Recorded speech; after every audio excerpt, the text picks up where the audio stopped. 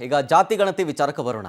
ನೋಡಿ, ಜಾತಿ ಗಣತಿ ಸರ್ವೆ ವಿಚಾರ ಶುರುವಾಗಿದ್ದು ಸೆಪ್ಟೆಂಬರ್ 22. ಆವಾಗ ಡಿಸೈಡ್ ಆಗಿದ್ದು ಅಕ್ಟೋಬರ್ 7ಕ್ಕೆ ಲಾಸ್ಟ್ ಇಟ್ಕೊಳ್ಳೋಣ ಅಂತ. ಆಮೇಲೆ ಅದನ್ನು ವಿಸ್ತರಣೆ ಮಾಡಲಾಗಿತ್ತು. ಈಗ ಮುಗಿಯೋ ಹಂತಕ್ಕೆ ಬಂದಿದೆ.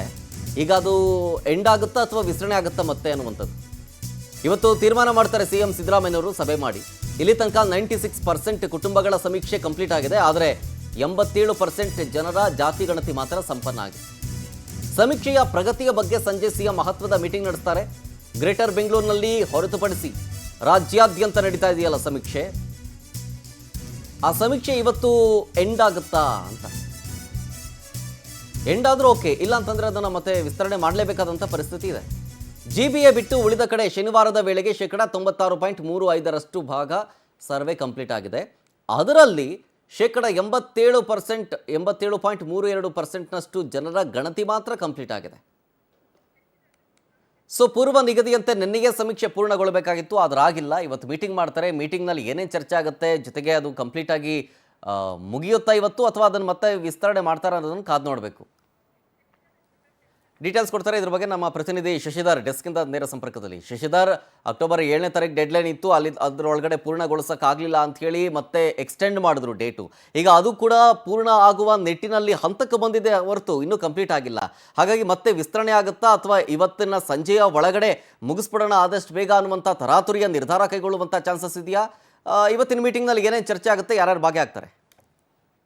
ಶರತ್ ಏನಂತಂದ್ರೆ, ರಾಜಕೀಯವಾಗಿ ಒಂದಷ್ಟು ಜನರಿಗೆ ಅಸ್ತಿತ್ವ ಸಿಗ್ತಿಲ್ಲ, ಕೆಲವೊಂದಷ್ಟು ಜನರಿಗೆ ಅಸ್ತಿತ್ವ ಸಿಕ್ಕರೂ ಕೂಡ ಉಳಿಸ್ಕೊಳ್ಳೋದಕ್ಕೆ ಸಾಧ್ಯವಾಗ್ತಿಲ್ಲ. ಇದೇ ಕಾರಣಕ್ಕಾಗಿ ಸರ್ಕಾರ ಒಂದು ನಿರ್ಧಾರವನ್ನು ತೆಗೆದುಕೊಂಡು ಹಿಂದುಳಿದ ಆಯೋಗಗಳ ಮುಖಾಂತರ ಸಾಮಾಜಿಕವಾಗಿ, ಶೈಕ್ಷಣಿಕವಾಗಿ, ಆರ್ಥಿಕವಾಗಿ ಯಾವ್ಯಾವ ಜಾತಿಯ ಜನಾಂಗದವರು ಯಾವ ಮಟ್ಟದಲ್ಲಿದ್ದಾರೆ ಅಂತ ಹೇಳ್ಬಿಟ್ಟು ಸಮೀಕ್ಷೆಯನ್ನು ಮಾಡೋದಕ್ಕೆ ಮುಂದಾಗಿದ್ರು.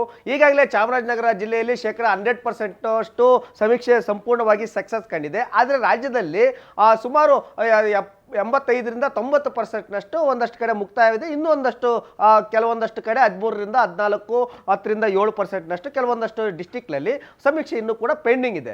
ಈ ಕಾರಣದಿಂದಾಗಿ ವರದಿಯನ್ನು ಈಗಲೇ ಸಬ್ಮಿಟ್ ಮಾಡಬೇಕಾ, ಇಲ್ಲ ಅಂತಂದರೆ ನಿನ್ನೆ ಡೆಡ್ಲೈನ್ ಮುಗಿದಿರೋದ್ರಿಂದ ಇನ್ನೊಂದಷ್ಟು ದಿನಗಳ ಕಾಲ ಮುಂದುವರಿಸಬೇಕಂತ ಹೇಳ್ಬಿಟ್ಟು ಜಿಲ್ಲಾವಾರು CM ಮತ್ತು DCM ಅದೇ ರೀತಿಯಲ್ಲಿ ಕೂಡ ಹಿಂದುಳಿದ ಆಯೋಗದ ಅಧಿಕಾರಿಗಳ ಜೊತೆ ಸಭೆಯನ್ನು ಕೂಡ CM ಅವರು ಇವತ್ತು ಸಂಜೆ 4 ಗಂಟೆಗೆ ಸಭೆಯನ್ನು ಕರೆದಿದ್ದಾರೆ. ಇನ್ನು ಬೆಂಗಳೂರಿನಲ್ಲಿ ಸಂಬಂಧಪಟ್ಟಂತೆ, ಯಾಕಂದರೆ ಸುಮಾರು 1.5 ಕೋಟಿಗೂ ಹೆಚ್ಚು ಜನಸಂಖ್ಯೆ ಇರೋದ್ರಿಂದ ಸಮೀಕ್ಷೆ ಮಾಡೋಕ್ಕೆ ಹೋದಂಥ ಸಂದರ್ಭದಲ್ಲಿ ಕೆಲವೊಂದಷ್ಟು ಜನ ಕೆಲಸ ಕಾರ್ಯಗಳಿಗೆ ಹೋಗಿರ್ತಾರೆ. ಬೆಳಗ್ಗೆ ಟೈಮ್ ಹೋದ್ರೆ ಕೆಲವೊಂದಷ್ಟು ಜನ ಸಿಗೋಲ್ಲ, ಕೆಲವೊಂದಷ್ಟು ಜನ ಸಂಜೆ ಹೋದ್ರೂ ಸಿಗೋಲ್ಲ, ಕೆಲವೊಂದಷ್ಟು ಜನ ಮಧ್ಯಾಹ್ನ ಹೋದ್ರೂ ಕೂಡ ಸಿಗ್ತಿಲ್ಲ. ಇನ್ನು ಇವತ್ತು ಸರ್ಕಾರಿ ರಜೆ ದಿನ ಇದೆ, ಮತ್ತು ದೀಪಾವಳಿ ಅಂತಂದ್ರೆ ಸಾಕು, ಎಲ್ಲರೂ ಕೂಡ ವಿಶೇಷವಾದಂಥ ಹಬ್ಬ.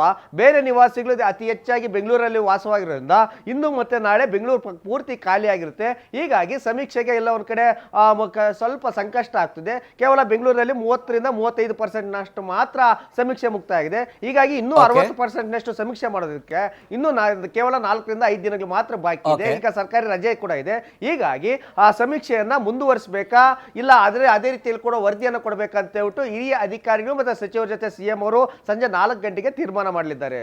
Thank you Shashidhar ಡೀಟೇಲ್ಸ್ಗಾಗಿ.